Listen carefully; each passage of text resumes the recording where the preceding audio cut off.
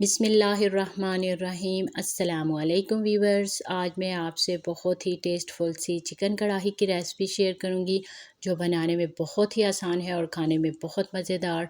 और रेस्टोरेंट पे भी जाके आप इसको खाते हैं तो आप इसको घर में बनाएं। तो इसके लिए हमारे पास ये 750 ग्राम चिकन है और साथ में मैंने 4 बड़े साइज़ के टमाटरों की स्लाइस कटिंग कर ली है और 3 अदद जो हैं वो सब्ज़ मिर्च यूज़ कर रही हूँ। 1 चम्मच लहसुन का पेस्ट है और साथ में हस्बे ज़रूरत काली मिर्च और इसके साथ नमक और लाल मिर्च हम इसके अलावा यूज़ करेंगे। तो आपने वीडियो को स्किप नहीं करना और स्टेप बाय स्टेप हमारे साथ रहना है ताकि रेसिपी जो है वो आपको अच्छे से समझ आ जाए। तो सबसे पहले हमने कढ़ाई के अंदर घी शामिल करना है और अगर आप ऑयल यूज़ कर रहे हैं तो आप ऑयल भी यूज़ कर सकते हैं। इसको पकाने के लिए हमें थोड़े घी की ज़्यादा ज़रूरत होती है क्योंकि हमने चिकन को है वो थोड़ा डीप फ्राई करना होता है। तो इसलिए आपने ऑयल जो है वो ज़्यादा ऐड करना है। आप बाद में एक्स्ट्रा ऑयल को रिमूव भी कर सकते हैं। तो मैंने अब चिकन जो है वो घी में शामिल कर ली है, तो अभी हम इसको अच्छे से मिक्स कर लेंगे और कोशिश करें कि कढ़ाई के साथ चिकन आपकी जो है वो चिपके नहीं।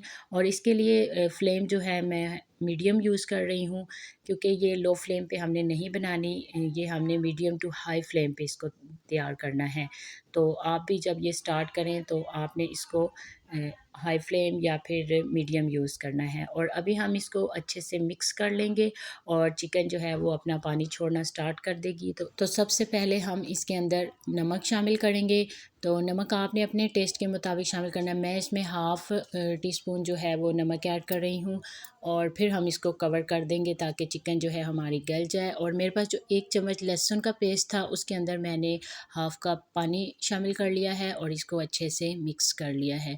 आपने इस पानी को तैयार करके रख लेना है और फिर हम तकरीबन 3 से 4 मिनट के बाद चिकन को एक दफ़ा मिक्स कर लेंगे और इसको हम थोड़ी देर के बाद हिलाते रहेंगे ताकि चिकन जो है वो जले नहीं। और आप देख सकते हैं कि चिकन ने जो है अपना पानी छोड़ा हुआ है।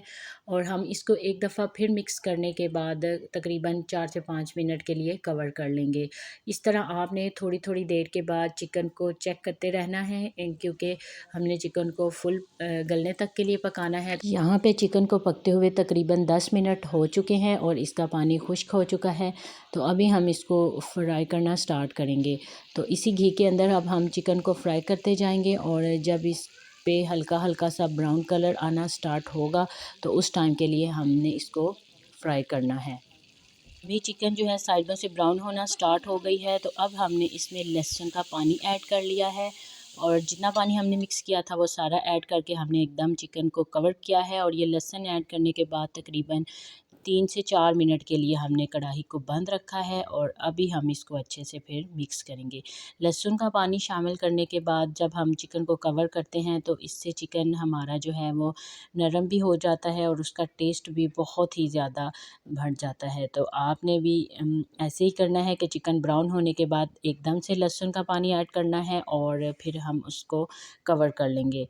तो आपने लहसुन का पानी ऐड करने के बाद तकरीबन 3 से 4 मिनट के लिए चिकन को कवर ही रखना है। और अभी दोबारा से हम इसको फ्राई कर रहे हैं और इसमें सब्ज़ मिर्च शामिल कर रहे हैं और उसको हम थोड़ी देर के लिए मज़ीद भूनते रहेंगे और साथ में हम इसके अंदर टमाटर शामिल कर लेंगे। आपने कोशिश यही करनी है कि आपके पास सही लाल कलर के टमाटर हों क्योंकि इसकी ग्रेवी जो है बन के बहुत अच्छे से तैयार होती है। जबकि लाइट कलर के जो टमाटर होते हैं वो थोड़े सख्त होते हैं और वो फिर चिकन कढ़ाई के अंदर अच्छे से गलते नहीं। यहाँ पे मैंने तकरीबन आधा चम्मच लाल मिर्च शामिल की है और फिर हम इसको पकाना स्टार्ट करेंगे। अगर आप कढ़ाई को तीखा बनाना चाहते हैं तो आप सब्ज़ मिर्च, लाल मिर्च और काली मिर्च की क्वांटिटी जो है ज़्यादा कर सकते हैं। लेकिन मैं जो है एक नॉर्मल सा टेस्ट बना रही हूँ तो इसलिए मैंने इनकी जो है वो रेशो यही रखी है। और मिक्सिंग के बाद कढ़ाई को तकरीबन 5 मिनट के लिए हमने कवर किया जिसकी वजह से टमाटर जो हैं वो बिल्कुल गल चुके हैं। और यहाँ पे हमने इसके अंदर काली मिर्च शामिल करनी है। काली मिर्च जो है वो कढ़ाई की जान है, आपने इसको स्किप नहीं करना क्योंकि इसके बगैर जो है कढ़ाई का टेस्ट बिल्कुल अच्छा नहीं बनता। और मिर्च मिक्स करने के बाद हमने इसको बहुत अच्छे से भून लेना है तकरीबन 4 से 5 मिनट के लिए कि हमारी ग्रेवी जो है बिल्कुल तैयार हो जाए और घी अलग हो जाए। वीवर्स, उम्मीद करती हूँ कि आपको मेरी ये रेसिपी अच्छी लगी होगी। तो इसलिए प्लीज़ आपने मेरे चैनल को ज़रूर सब्सक्राइब करना है। और नेक्स्ट वीडियो तक के लिए अल्लाह हाफ़िज़।